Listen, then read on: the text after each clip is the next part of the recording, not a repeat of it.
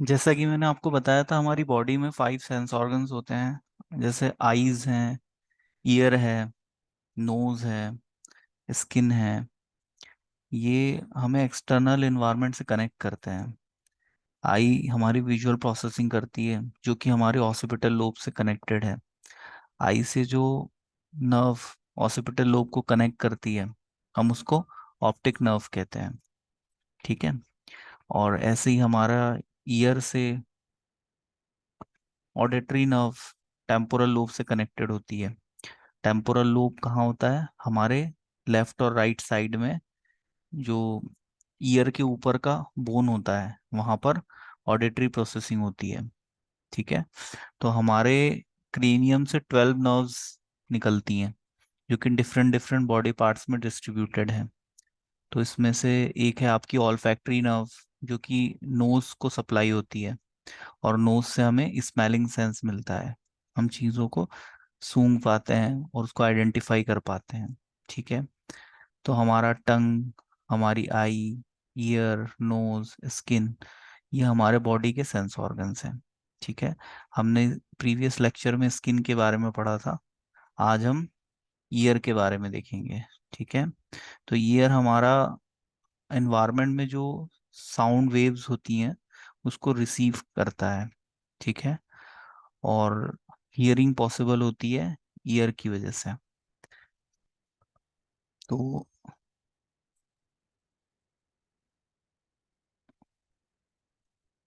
और जो doctor year से रिलेटेड जो प्रॉब्लम्स होती हैं उनका ट्रीटमेंट करते हैं, हम उनको ईएनटी डॉक्टर कहते हैं। ठीक है। ईयर, नोज और थ्रोट, इन तीनों के जो डॉक्टर होते हैं वो एक ही होते हैं। ठीक है। ईयर हमारी बॉडी का बहुत ज़्यादा सेंसिटिव पार्ट होता है। और इसका जो मैकेनिज्म है, फिजियोलॉजी है, एनाटॉमी है, वो पूरी बॉडी में सबसे ज़्यादा क्रिटिकल और कॉम्प्लेक्स मानी गई है ईयर की। ठीक है।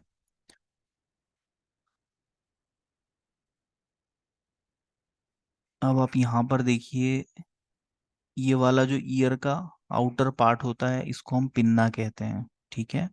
और ये वाले पार्ट को, रिंग लाइक स्ट्रक्चर जो ईयर के ऊपर होता है, इसको हम हेलिक्स कहते हैं। और हेलिक्स के नीचे जो ये हॉलो स्पेसेस होते हैं, ठीक है, ये सॉफ्ट कार्टिलेज के बने होते हैं। और इस पे पतली सी स्किन की कवरिंग होती है। और इस कवरिंग पे बहुत ज़्यादा टाइनी हेयर्स होते हैं। और यहाँ पर सिबेशियस ग्लैंड भी प्रेजेंट होता है, और स्वेट ग्लैंड। तो हल्का सा पसीना, आपने देखा होगा ईयर्स पे पसीना भी आता है। और ईयर का जो ये आउटर पार्ट होता है, इसको हम पूरे को कंबाइंडली पिन्ना बोलते हैं। ठीक है। पहले वो ऐसा कहते थे ना कि मैं पिन्ना दूंगा, तो वो कान पे मारने की बात होती थी, ये वाले पार्ट पे। ठीक है। कान पे यदि किसी को मारा जाए, तो वो बहरा भी हो सकता है, और उसके कान में हमेशा परमानेंट हो सकता है, एक सुन्न की आवाज सुनाई देने लगे, या कुछ समय के लिए। ठीक है। आपने मूवी में देखा होगा ना, वो मारते हैं तो सुन्न हो जाता है सब कुछ। तो वो कान पे जब चोट लगती है, तो कान काम करना बंद कर देता है। अब ये होती है टिम्पैनिक मेम्ब्रेन, जिसको हम बोलते हैं कान का पर्दा। ठीक है। कान के पर्दे से अंदर 3 बोन कनेक्टेड होती है, अभी आगे इमेज में दिखाऊंगा। और ये वाली जो कैविटी है, इसको हम कहते हैं एक्सटर्नल ऑडिटरी कैनाल। ठीक है। तो ये this is pinna, outer part of the year, and this is external canal. ठीक है। और ये फिर कनेक्टेड होती है आगे मिडिल ईयर से, और फिर इनर ईयर। तो एक होता है एक्सटर्नल ईयर, एक होता है मिड ईयर, और एक होता है इनर या इंटरनल ईयर। तो आगे वाली इमेज में मैं भी आपको उसके बारे में बताऊंगा। और ईयर में ऑसिकल्स पाए जाते हैं, 3 बोन पाई जाती है, जो कि बॉडी की सबसे छोटी बोन्स होती हैं। ठीक है। इसका शॉर्ट फॉर्म है miss, MIS। M for malleus, I से इनकस, और एस से स्टेपीज।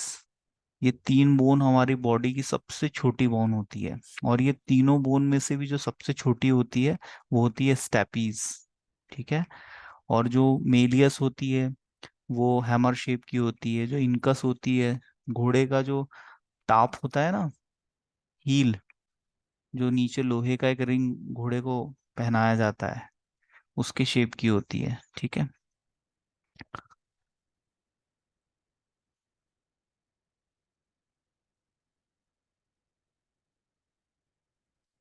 अब यहाँ पर आप देखिए, ये जो ओवल शेप का है लेटरल सरफेस पे, है ना, ये है पिन्ना।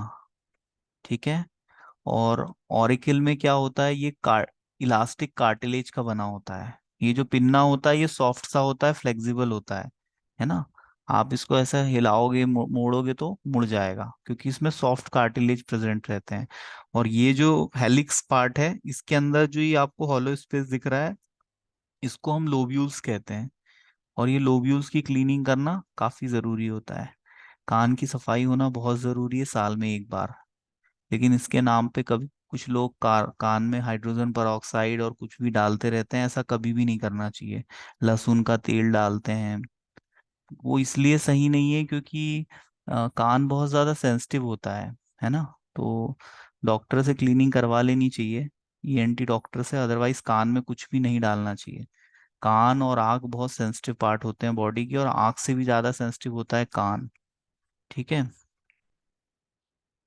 अब इसका फंक्शन है कान का, ये साउंड को एम्पलीफाई करता है और साउंड को रिसीव करता है, वाइब्रेशंस को। अब यहाँ पर आप देख सकते हैं आउटर ईयर, मिडिल ईयर और इनर ईयर।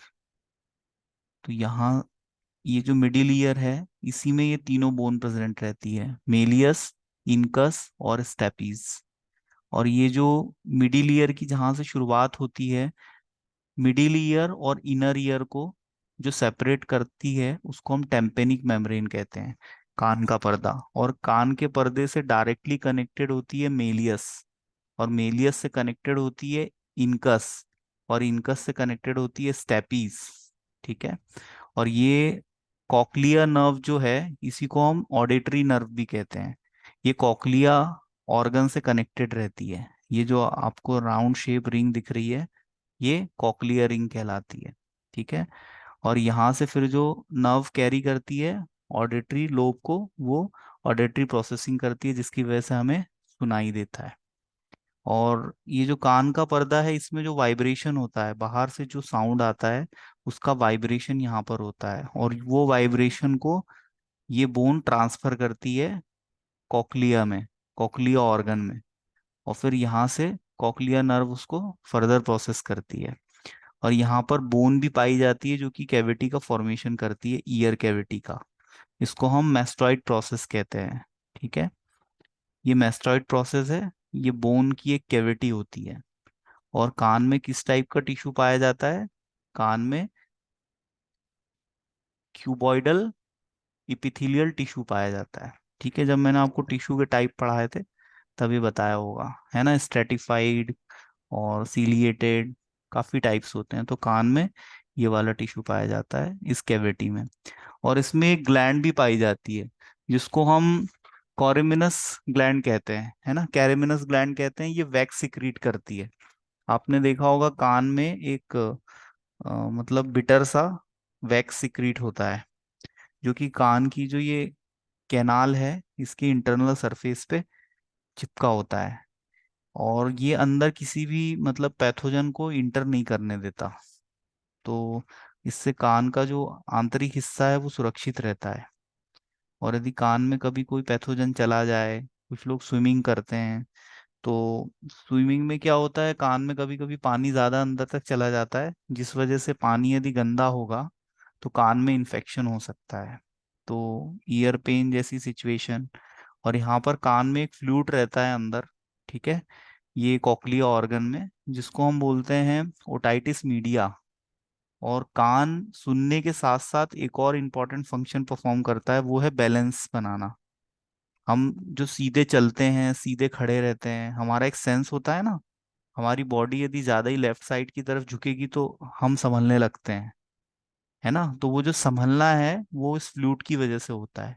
क्योंकि जब हम लेफ्ट साइड ज्यादा झुक जाते हैं, इतना झुक जाएंगे कि हमारी बॉडी गिरने वाली है, तो वो जो फ्लूट है वो जैसे टच होता है तो उसके सेंसेशन की वजह से ब्रेन को सिग्नल जाता है कि अब यदि आप लेफ्ट साइड और ज्यादा गए तो बॉडी गिर जाएगी। तो इसलिए इंसान जो संभल पाता है ना, लड़खड़ा के जो संभलने की कोशिश करता है, उसके जो सिग्नल है वो ये फ्लूट की वजह से, इसके सेंसेशन की वजह से हमारे ब्रेन तक पहुंचते हैं। तो जिन लोगों के कान में प्रॉब्लम रहती है उनकी बॉडी की बैलेंसिंग भी अच्छी नहीं रहती, है ना। आपने देखा होगा कभी ऐसे किसी को कान पे बहुत जोर से मारा तो वो लड़खड़ा लड़खा के चलता है और गिर जाता है। तो उसका ये जो लड़खड़ाना है वो ईयर की वजह से, तो ईयर बैलेंसिंग में भी हेल्प करता है।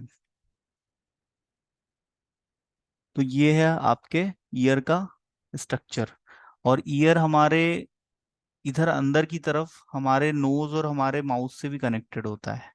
कई बार आपने देखा होगा कि मतलब कान में दवाई डलती है तो बहुत कम लोग ऐसे हैं जिनको नोज में थोड़ा सा सेंसेशन आता है, और कुछ लोग को माउथ में आता है, कुछ लोग को नोज में दवाई डालते हैं तो वो माउथ में कड़ू लगने लगता है।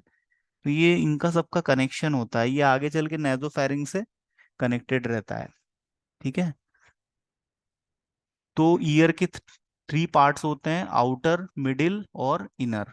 आउटर पार्ट में आता है ये आपका पिन्ना, और ये ईयर केनाल, और उसके बाद ये कार्टिलेज, और ये मेस्टॉइड प्रोसेस तो खैर अंदर तक रहती है। और इसी ये जो बोन है, ये कान का जो स्ट्रक्चर है इसको ये प्रोटेक्शन प्रोवाइड करती है। ठीक है। और फिर मिडिल पार्ट की बात करें तो इसमें ये तीन बोन्स आते हैं, ठीक है, मेलियस, इनकस और स्टेपीज। और इसको टिम्पैनिक मेम्ब्रेन को हम ईयर ड्रम भी कहते हैं। ठीक है। इसका सर दूसरा, हाँ बोलो कैलाश। स्मॉलेस्ट बोन ये स्टेपिस होती है ना? हाँ, stapes is the smallest bone of human body. ये ह्यूमन बॉडी की सबसे छोटी हड्डी होती है। ये कॉम्पिटिटिव एग्जाम में भी पूछा जाता है और अभी आपके एग्जिट एग्जाम में भी पूछा जा सकता है। ऐसे क्वेश्चन पूछे जाते हैं जो कि थोड़े से एक्सेप्शनल होते हैं, है ना। यही हमारे बॉडी की सबसे बड़ी बोन कौन सी होती है, लार्जेस्ट बोन? फीमर जा फीमर सर, जांग की। हाँ, फीमर, जांग की जान की हड्डी हड्डी। सबसे बड़ी होती है। ठीक है। तो जांग की हड्डी तो खैर मैंने उतना पूछते नहीं देखा, अब नहीं पूछते, लेकिन हाँ स्टेपीज पूछ लेते हैं। ठीक है। क्योंकि ये जो स्टेपीज है ये कान की हड्डी और कान का स्ट्रक्चर ज्यादा कोई ध्यान से पढ़ता नहीं है, तो इसलिए ये स्टेपीज पूछ लेते हैं। और जांग की हड्डी क्या है, बड़ी कॉमन है ना, सबको ही पता है वो तो इसलिए वो उसके पूछे जाने की पॉसिबिलिटी कम है। तो ये है हमारी स्टेपीज। ठीक है। और कहाँ पाई जाती है, कभी ये भी पूछ लेते हैं कि बॉडी की सबसे स्मॉलेस्ट बोन कहाँ, किस ऑर्गन में पाई जाती है, तो वो ईयर में पाई जाती है। ठीक है। अब उसके बाद यदि इनर ईयर के बारे में लिखोगे तो इसमें आप क्या लिखोगे, ये डायग्राम इंपॉर्टेंट है। वैसे तो मैंने कभी नहीं देखा कि ईयर का स्ट्रक्चर एग्जाम में पूछते हैं, है ना। है आपके सिलेबस में, लेकिन ईयर का नहीं पूछते हैं, ज्यादा इंपॉर्टेंट आपका स्किन है। क्योंकि स्किन पे क्या है, पैरेंटल रूट की तरह स्किन काम करती है, तो उस पे इंजेक्शंस लगाए जाते हैं। तो इंजेक्शन कैसे लगाना है, कितना अंदर डालना है, इस सब को समझने के लिए स्किन के स्ट्रक्चर को समझना बहुत जरूरी है। तो इसलिए स्किन सबसे इंपॉर्टेंट सेंस ऑर्गन है। फिर सेकंड नंबर पे आता है आई। तो यदि सेंस ऑर्गन से कोई क्वेश्चन आएगा तो 80-90% पॉसिबिलिटी है कि वो स्किन से आएगा या तो आपका आई से आएगा। ठीक है। टंग भी उतना इंपॉर्टेंट नहीं है ना। बाकी ईयर तो मैंने कभी पूछते नहीं देखा है आप लोग के डी फार्मेसी लेवल पे, है ना। लेकिन हाँ, इससे कॉम्पिटिटिव एग्जाम में कुछ क्वेश्चन पूछ लिए जाते हैं। ठीक है। कि भाई ओटाइटिस मीडिया कहाँ पाया जाता है, ओटाइटिस मीडिया बॉडी के किस पार्ट का इन्फेक्शन है ना। तो ऐसे क्वेश्चन इजी रहते हैं ये, तो एक बार हम स्ट्रक्चर को देख लेंगे तो हम सॉल्व कर सकते हैं। तो इसमें जो ये थर्ड पार्ट है, इनर पार्ट, इसमें आप क्या समझाओगे, इसमें आप ऑडिटरी नर्व के बारे में बताओगे। ऑडिटरी नर्व क्या करती है, जो कुछ हमने सुना है उसकी प्रोसेसिंग ऑडिटरी लोब में करती है। ऑडिटरी लोब कहाँ पर होता है, टेम्पोरल लोब। ठीक है। टेम्पोरल लोब हमारे कान के ऊपर वाला हिस्सा। और ऑसिपिटल लोब कहाँ होता है, हमारा हेड का बैक साइड का जो हिस्सा होता है ना, जहाँ नाना पटक बार बार बोलता है छोटा मगज, वो पीछे वाला हिस्सा। ठीक है, वो होता है हमारा ऑसिपिटल लोब। और फ्रंटल लोब कहाँ होता है, हमारा ललाट, हमारा जहाँ पर हम टीका लगाते हैं ना, फीमेल जहाँ पर टिक्की लगाती है और मेल जहाँ पर तिलक लगाते हैं, वो वाला जो हमारा पार्ट होता है फॉरहेड, ठीक है, उसको हम फ्रंटल लोब बोलते हैं। और सेंटर वाला जो रहता है, जब बच्चा पैदा होता है तो उसके सर का जो ऊपर का हिस्सा है वो बहुत ज्यादा सॉफ्ट रहता है ना। कुछ लोगों ने कभी ऑब्जर्व किया होगा। तो जो सेंटर पार्ट रहता है वो एकदम सॉफ्ट सॉफ्ट सा रहता है, फिर धीरे धीरे वो हार्ड होता है। तो वो जो पार्ट होता है ना वो पेराइटल लोब होता है, ठीक है। सेंटर वाला धीरे धीरे वो फिर हार्ड हो जाता है। अभी आप लोग हाथ लगा के देखो तो हार्ड रहेगा, पर कोई छोटे बच्चे का आप देखना थोड़ा सा हल्का सा छू के तो वो काफी सॉफ्ट रहता है ना। आध्यात्म में उसको ब्रह्मरंध्र कहते हैं। ऐसा कहते हैं कि भाई वहां से सोल इंटर होती है ना। तो कुछ चीजें ऐसी है जो साइंस की कनेक्टेड है। वो जगह इतनी सॉफ्ट क्यों है जब पूरी खोपड़ी आपकी कड़क है, और वो जगह सबसे ज्यादा सॉफ्ट क्यों है? तो आध्यात्म में उसको ब्रह्मरंध्र कहा गया है, और कहते हैं कि भाई बच्चे में जो सोल इंटर करती है वो वहां से इंटर करती है। माइथोलॉजी की बात है, ऐसी जनरल नॉलेज के लिए बता रहा हूँ। तो ये हमारे ब्रेन जो होता है ना, इससे हमारे सेंस ऑर्गन सारे कनेक्टेड होते हैं, स्किन, टंग, और ये नर्व के थ्रू कनेक्टेड होते हैं। और जो कुछ हम फील करते हैं वो नर्व ब्रेन तक, मतलब उसको पहुंचाती है ना। जैसे हम केवल साउंड, कान केवल सुनने का काम करता है बस, प्रोसेसिंग तो ब्रेन में होती है ना। कान केवल सुनेगा, प्रोसेसिंग होगी ब्रेन में, और ब्रेन में प्रोसेसिंग होगी आपके प्रीवियस एक्सपीरियंसेस के आधार पे। कोई आपको कुछ कहता है तो वो आपको अच्छा लगेगा या बुरा लगेगा, ये कान डिसाइड नहीं कर सकता, ये ब्रेन डिसाइड करता है कि वो शब्द अच्छे लगे या बुरे लगे, है ना। तो ये प्रोसेस हमारे लोब्स में होती है। कान तो केवल जो वाइब्रेशंस आ रहे हैं, साउंड आ रहा है, उसको वो उसको वो ऑडिटरी नर्व के थ्रू केवल टेम्पोरल लोब तक पहुंचा देगा बस, इतना काम करेगा। तो ये है हमारे कान का स्ट्रक्चर, ठीक है। आउटर ईयर, मिडिल ईयर और इनर ईयर, ये थ्री पार्ट्स में डिवाइडेड है ईयर। और यहाँ पर ये कंप्लीट होता है। और ये एक डायग्राम आप देख लो कि आउटर ईयर कहाँ तक होता है। आउटर ईयर की शुरुआत पिन्ना से होती है, तो ये कैविटी यहाँ पर खत्म होती है ना, वहां तक हमारा आउटर ईयर होता है। और उसके बाद फिर ये ईयर ड्रम, मतलब कान के पर्दे से शुरू हो जाता है मिडिल ईयर। और मिडिल ईयर में ये तीनों बोन आती है। फिर उसके बाद जहां पर ये बोन कनेक्ट होती है इनर ईयर से, ठीक है, लास्ट वाली, तो जो एम मतलब मेलियस, यहाँ पर ये हैमर वाली, ठीक है। आई से इनकस और स्टेपीज, ये जो स्टेपीज है ना, ये इनर ईयर से डायरेक्ट कनेक्टेड रहती है, ठीक है। और ये वाला जो पार्ट है कॉइल शेप का, इसका मैंने आपको क्या बताया, कॉक्लिया ऑर्गन, ठीक है। और कॉक्लिया ऑर्गन फिर ये देखो आगे ये इधर कनेक्टेड है टेम्पोरल लोब से नर्व के थ्रू। तो इतना स्ट्रक्चर है ईयर का। हालांकि ये एग्जाम में कभी पूछा नहीं गया है ना, फिर भी हमने हमारे सिलेबस में है तो देख लिया, है ना। अब यहाँ पर ये थोड़ा सा इसका डिस्क्रिप्शन है, आपके पास जो भी बुक हो तो थोड़ा सा और डिस्क्रिप्शन बढ़ा लेना, है ना। ऑसिकल्स के बारे में दिया हुआ है। Malleus, it is hammer in shape, long handle attached to the tiny bone that passes vibration from the eardrum to the inguinal. Incus, it is a tiny bone that passes vibration from the hammer to the stirrup. और stapes, तो ये U shape की होती है, और यहाँ पर इसके मेजरमेंट दिए हुए हैं। तो यहाँ पर आपका ईयर कंप्लीट होता है, ठीक है। छोटा सा है, एक सेंस ऑर्गन हमने पढ़ा। और हमें नेजल कैविटी भी पढ़नी है, ठीक है। अब नेक्स्ट क्लास में हम नेजल कैविटी पढ़ लेंगे। सर मेरा एक क्वेश्चन था। पूछो। अ, सर वो कौन सा फ्लूइड से जो फ्लो होता है? Otitis media. Okay. Otitis media और ear wax. Ear wax sticky सा एक सब्सटेंस होता है जो कि हमारे ये जो ईयर का कैनाल है इसकी इंटरनल सरफेस पे ये प्रेजेंट रहता है। और इसको कौन सिक्रीट करता है, ये भी आप याद रखना है, पूछ सकते हैं, है ना। कॉरिमिनस ग्लैंड, कॉरिमिनस ग्लैंड इसको सिक्रीट करती है। तो क्वेश्चन एक बार ये मैंने देखा था कि ये पूछा था कि ये ग्लैंड कहाँ पाई जाती है। तो नॉर्मली सबको पता है एड्रिनल ग्लैंड कहाँ पर है, पिट्यूटरी कहाँ पर है, थायराइड कहाँ पर है, ये सबको पता है। लेकिन कुछ ग्लैंड थोड़ी सी अनकॉमन होती है ना, जिनके बारे में कम लोग जानते हैं, तो वैसी ग्लैंड की लोकेशन पूछ लेते हैं। तो उसमें थोड़ा सा स्टूडेंट कंफ्यूज हो जाता है, यार ये ग्लैंड तो हमने कभी नाम ही नहीं सुना है ना। ये कॉरिमिनस कौन सी ग्लैंड है? तो ये वैक्स सिक्रीट करती है कान में, उस ग्लैंड को हम कहते हैं। और ये भी पूछते हैं कान में किस टाइप का टिश्यू पाया जाता है, तो क्यूबॉइडल इपिथेलियल टिश्यू पाया जाता है। ठीक है। और पूछ लेते हैं कि भाई ऑसिकल्स कहाँ प्रेजेंट होते हैं, तो ऑसिकल हमें ऐसा लगता है हड्डियों से रिलेटेड है ना, लेकिन कहाँ पर होते हैं ऑसिकल्स? हमारे कान में होते हैं। ऑसिकल मतलब तीन बोन का कॉम्बिनेशन, MIS, मेलियस, इनकस और स्टेपीज। तो ये चीज पूछ लेते हैं। तो ये आपका यहाँ पर ईयर खत्म होता है। आप इसको थोड़ा सा एक बार बुक से पढ़ लेना और इसके नोट्स बना लेना, ठीक है। तो आगे हम कल कंटिन्यूस करेंगे। Okay, bye, have a nice day. Sir. Sir. Hmm. Hello. हाँ बोलो। सर प्रेजेंटेशन था आज हमारा।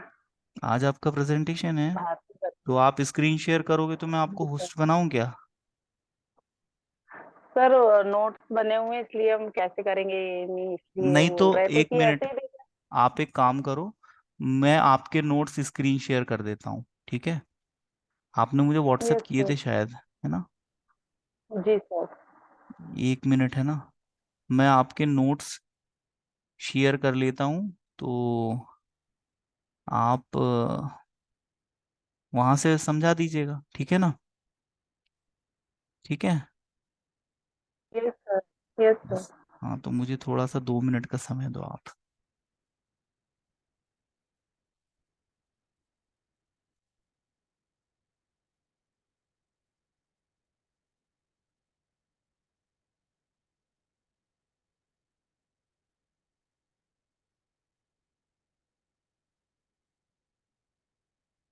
स्क्रीन पे क्या दिख रहा है अभी आपको?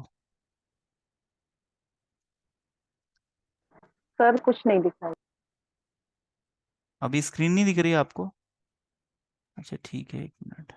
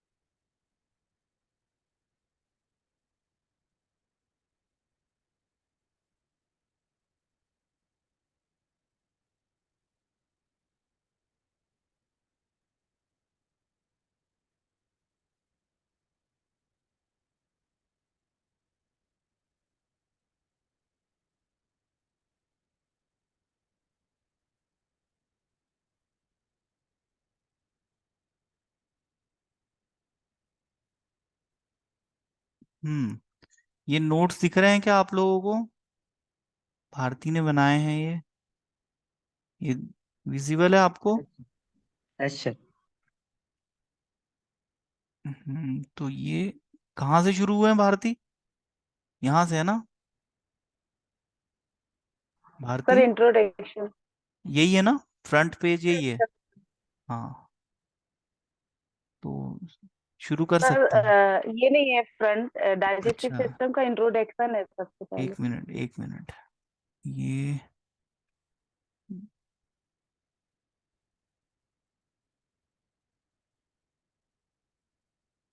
इसोफेगस, आपने इसकी नंबरिंग नहीं की क्या? ये है हाँ, डाइजेस्टिव सिस्टम। ठीक है, भारती जी सर। शुरू कीजिए। जी सर, मेरा नाम भारती वर्मा है। मैं D pharma first year class की स्टूडेंट हूँ। अ, आपने कभी सोचा है कि हमारी बॉडी पूरे टाइम वर्क करती रहती है, तो बॉडी को ये वर्क करने के लिए किस चीज की जरूरत पड़ती है? कोई मुझे बताएगा क्या आप में से? एनीवन कोई आंसर देना चाहता है? एनर्जी की जरूरत पड़ती है। और एनर्जी हमें कहाँ से मिलती है? फूड से।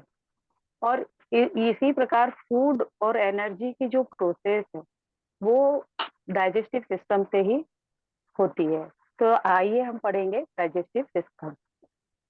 सबसे पहले मैं इंट्रोडक्शन देना चाहती हूँ। Digestive system is made up group of organs which main function is breakdown of food molecule into small molecule, and this small food molecule convert into energy। यानी जो फूड है वो छोटे छोटे छोटे टुकड़ों में बढ़ जाता है अणुओं के रूप में, और उन्हीं अणुओं से हमें क्या मिलती है? एनर्जी। अब हम देखेंगे digestive system also called GI tract, उसको गैस्ट्रोइंटेस्टाइनल ट्रैक्ट भी कहा जाता है, या also called alimentary canal. Alimentary canal start from mouth and it end in anus. Length of alimentary canal 8 to 10 meter या फिर 30 सेंटीमीटर होती है। Sir next. नेक्स्ट आपका ये वाला है ना, ये? जी। ठीक है। जी सर। हाँ,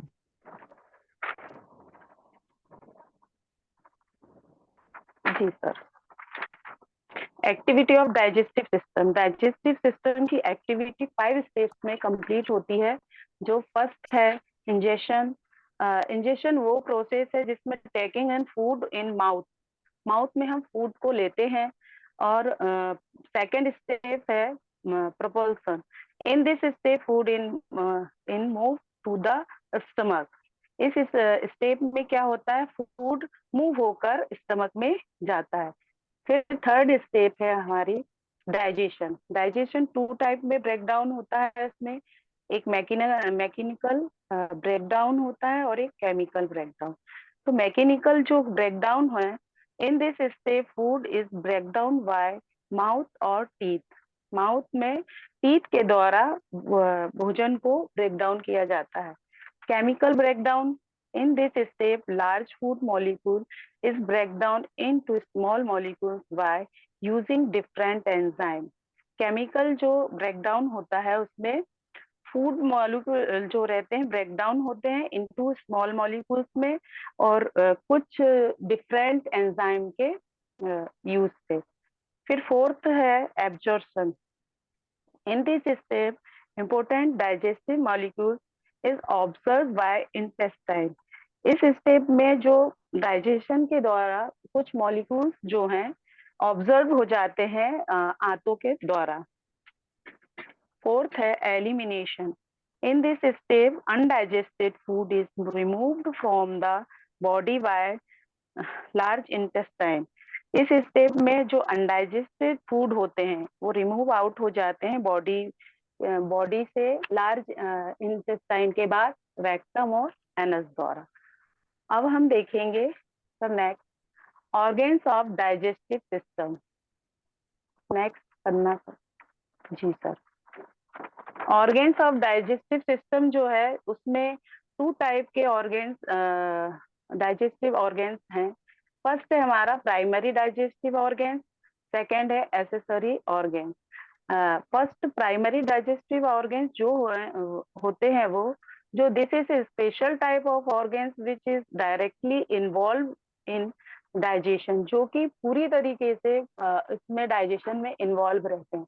और एसेसरी ऑर्गेन्स वो होते हैं जो पूर्ण रूप से डाइजेशन में इन्वॉल्व नहीं होते हैं, लेकिन इनका कुछ ऐसे फंक्शन होते हैं जो डाइजेशन में भाग लेते हैं। तो सबसे पहले हम प्राइमरी डाइजेशन ऑर्गेन्स के बारे में देखेंगे।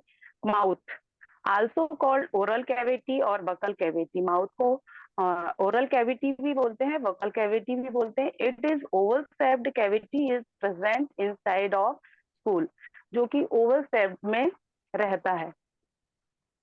Teeth, there are total 32 teeth found in mouth. सबसे पहले incisor, canine, premolar, molar.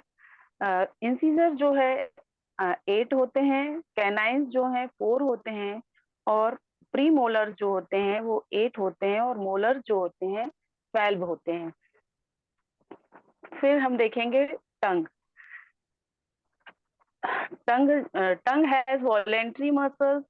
Its main function is that it help to movement of food and mix food with saliva. टंग जो है एक voluntary muscles है जो कि खुद स्वैच्छिक होती है। इट मेन फंक्शन, उसका मुख्य कार्य होता है कि फूड को मूवमेंट करना एंड मिक्स फूड सलाइवा। जो सलाइवरी ग्लैंड होती हैं जो सलाइवा सिक्रीट करती हैं वो फूड में मिक्स हो जाती हैं। पर डे या तो बोलेंगे 1000 मिलीलीटर या 1500 मिलीलीटर, या बोलेंगे 1 लीटर, या हाफ, 1.5 लीटर करीब सलाइवा रिलीज होती है सलाइवा ग्लैंड से। Next, oesophagus. Esophagus is also food pipe. Its main function is that it carrying a food from the mouth and send to the stomach. Its normal length is 25 centimetre. Oesophagus जो है food pipe कहलाता है, एक सकरा सा pipe type का होता है। It main function, इसका मुख्य कार्य होता है फूड को माउथ से लेकर जाना स्टमक तक, और इसकी नॉर्मल लेंथ होती है 25 सेंटीमीटर। फिर stomach. Stomach is a J shaped organ which upper part is connected with oesophagus and lower part is connected with small intestine. और 4 hours food present in stomach, it present HCL. सबसे ज्यादा देर food जो है present होता है stomach में, सबसे ज्यादा देर फूड का पाचन इसी में होता है। Small intestine. Small intestine is a long and narrow tube which upper part is attached to the stomach and lower part is attached to the large intestine. Its length above 6 to 7 meter long. Final digestion is of food here. Small intestine जो है बहुत ही सक्रिय और narrow होती है, और इसका upper part जो है स्टमक से अटैच्ड रहता है और लोअर पार्ट लार्ज इंटेस्टाइन से अटैच्ड रहता है, और इसकी लेंथ 6 से 7 मीटर होती है, और इसमें फाइनली डाइजेशन हो जाता है फूड का। इट डिवाइडेड इनटू 3 पार्ट, ये 3 पार्टों में डिवाइडेड है। फर्स्ट है डिओडिनम, सेकंड है जियोजिनम, और थर्ड है ileum. Next page. Large intestine. Large intestine is surrounded on small intestine. Large intestine जो है वो सराउंड होती है स्मॉल इंटेस्टाइन के चारों ओर। Its normal length is 1.5 metre और overall function of the large intestine, और जो फंक्शन जो भी कुछ इसका रह जाता है वो लार्ज इंटेस्टाइन में होता है। The complete of the absorption it divided into 4 part. इसी में अवशोषण का कार्य होता है वाटर का, जैसे it main function is absorption of water, उसमें पानी का अवशोषण होता है। और इसको 4 पार्ट में डिवाइड किया गया है। फर्स्ट है असेंडिंग कोलोन, सेकंड है ट्रांसवर्स कोलोन, और थर्ड है डिसेंडिंग कोलोन, और फोर्थ है sigmoid colon.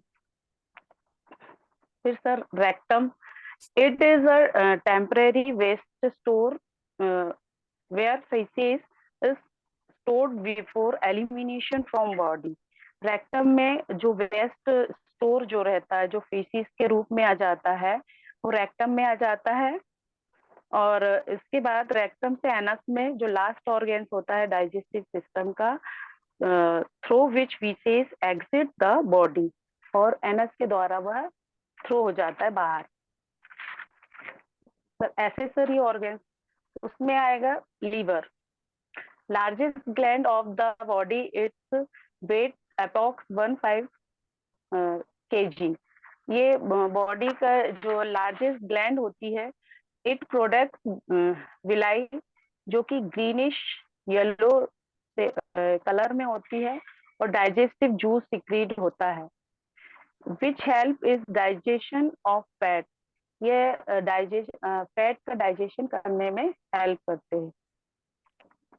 Gall bladder, small P shaped organ located underneath the liver. जो गॉल ब्लैडर होते हैं वो स्मॉल पी के शेप के होते हैं और लीवर के पीछे की तरफ होते हैं। Pancreas, secrete pancreatic juice.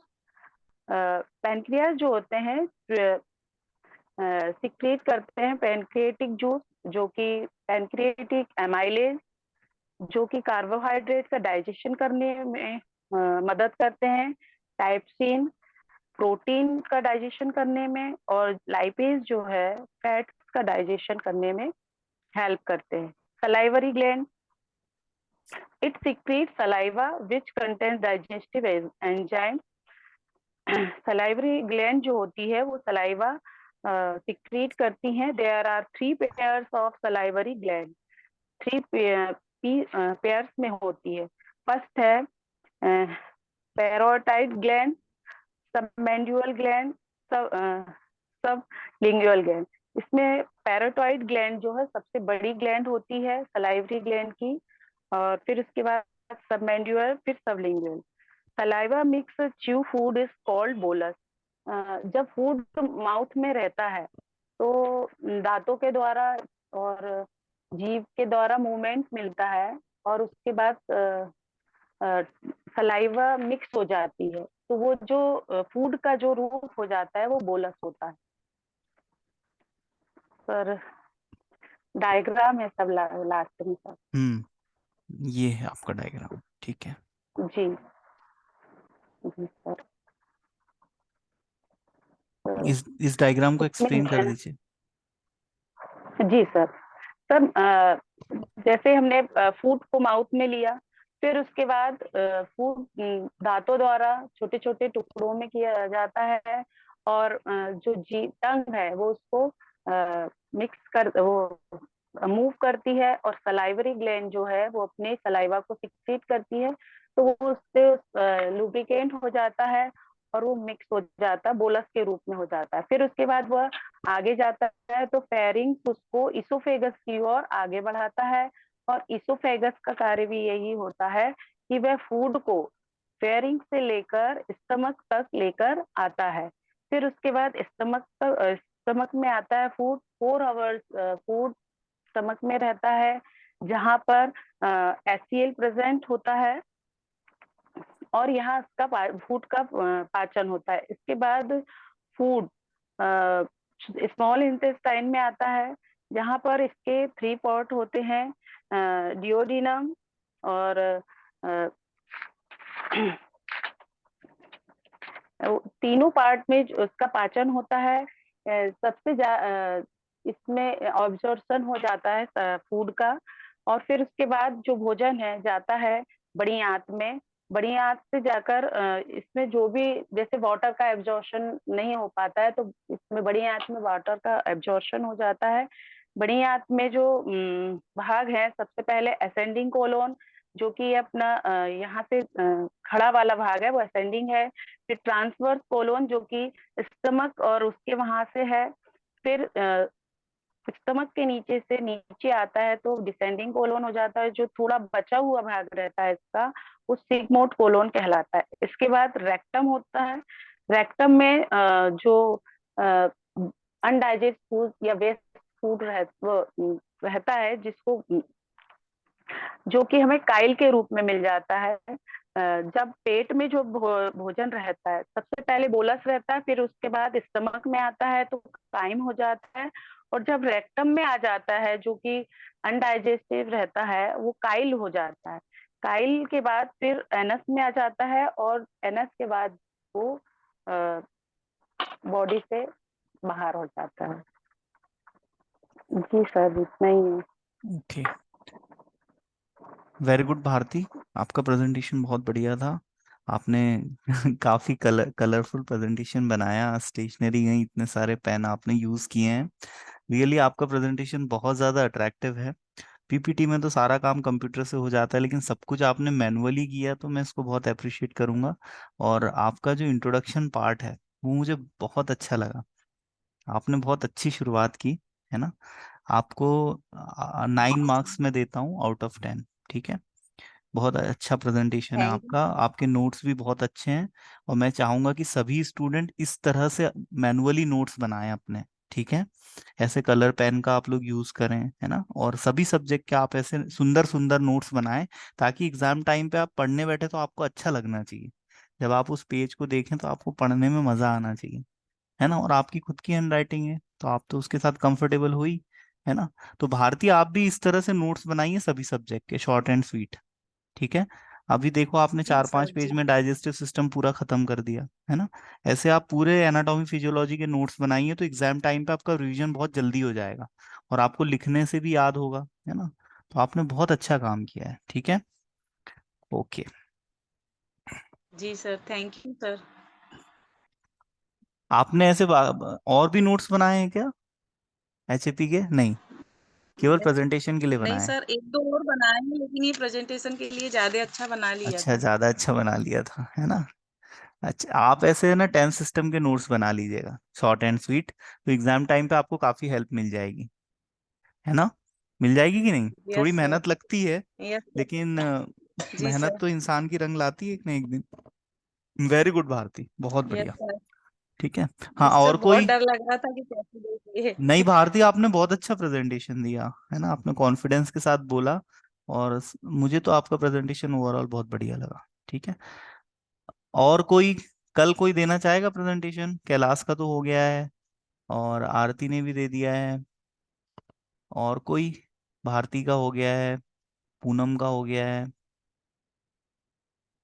और कोई प्रेजेंटेशन के लिए तैयारी कर रहा है? हेलो, ठीक है, आप लोग तैयार कीजिएगा, है ना, प्रेजेंटेशन। आप लोग बेटा सभी प्रेजेंटेशन दो, बहुत जरूरी है, आप लोग इसको हल्के में ले रहे हो। अभी आपके प्रैक्टिकल्स के मार्क्स जाने हैं, आपके सेशनल के मार्क्स जाने हैं, परसेंट तो इसी से बनेगा आपका, है ना। यदि आपके थ्योरी, यूनिवर्सिटी थ्योरी मार्क्स के आधार पर परसेंट देखे जाए तो वो तो काफी डाउन जा सकते हैं। तो मेनली जो स्कोरिंग आपकी होगी वो तो सेशनल से ही होगी, प्रैक्टिकल से ही होगी। तो आप लोग सभी तैयारी करो, प्रैक्टिकल में तो इसी बिहाफ पे आपके नंबर जाएंगे, क्योंकि सेशनल कॉपी में तो आप देख के लिख दोगे, copy cut and paste. Answer sheet भी पास में रहेगी, कॉपी भी रहेगी, तो वहीं से देख के लिखोगे आप, तो कोई उसमें कोई जजमेंट का तो सवाल ही नहीं है। प्रैक्टिकल्स का भी ऐसा ही है। और रही बात एक्सटर्नल की, तो वो भी आपसे क्या पूछेगा, नंबर तो हम ही लोग को देने हैं, है ना। वो तो पूछ के चला जाएगा। तो सभी लोग प्रेजेंटेशन में तो कम से कम अच्छा परफॉर्म करो, है ना। तो आप लोग सभी तैयार करो, अब आप देख भी रहे हो आपके कलीग्स कर रहे हैं मेहनत, तो आपको भी थोड़ी मेहनत करनी चाहिए। चलो, जिनके पास कंप्यूटर नहीं था उन्होंने मैनुअली बनाया, लेकिन मेहनत तो की ना। तो आप लोग को भी थोड़ी मेहनत कहीं तो करो आप। ठीक है, तो अब अगली बार मैं चाहूंगा कि कोई प्रेजेंटेशन तैयार करे और दे। ठीक है, मुझे, यदि किसी के पास कंप्यूटर नहीं है, मोबाइल की ऑपरेटिंग बहुत अच्छी नहीं आती है, तो वो मैनुअली भी बना के मुझे, जैसे भारती ने व्हाट्सअप किया है, मुझे व्हाट्सअप कर देना, तो मैं यहाँ स्क्रीन शेयर करूंगा तो आपको देख के उसको रीड तो करना है ना? ठीक है, इससे आपका भी कॉन्फिडेंस बढ़ेगा, है ना? चलो ठीक है, नेक्स्ट टाइम आप में से कोई तैयार करना जो लोग रह गए हैं, ठीक है? ठीक है, आज के लिए इतना काफी है। Have a nice day. Bye.